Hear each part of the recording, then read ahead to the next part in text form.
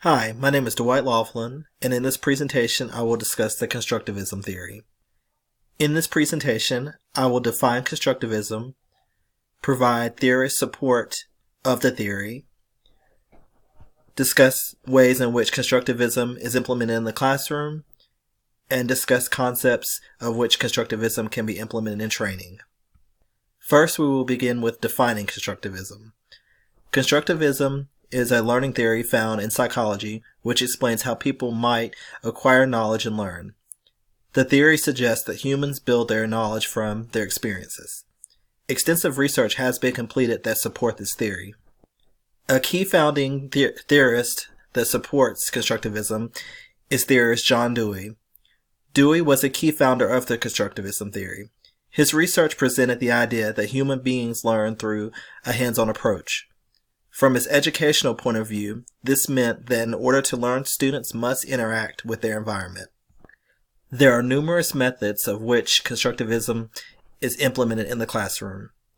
Educators who practice this concept pose questions and problems and then guide students to find the answers utilizing various resources.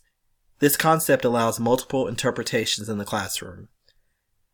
Collaborative group work is a concept that is often utilized in conjunction with constructivism in the classroom.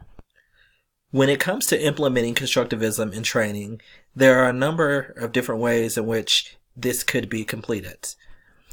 The concept of constructivism can be implemented in a training environment in several different ways. There's the concept of role play. This essentially is where the trainer provides instruction of the content and in turn requests that the trainee enact the lesson. There is also the technique of holding a debate. This scenario can be enacted by having two different groups set up, one in favor of the content and the other in opposition.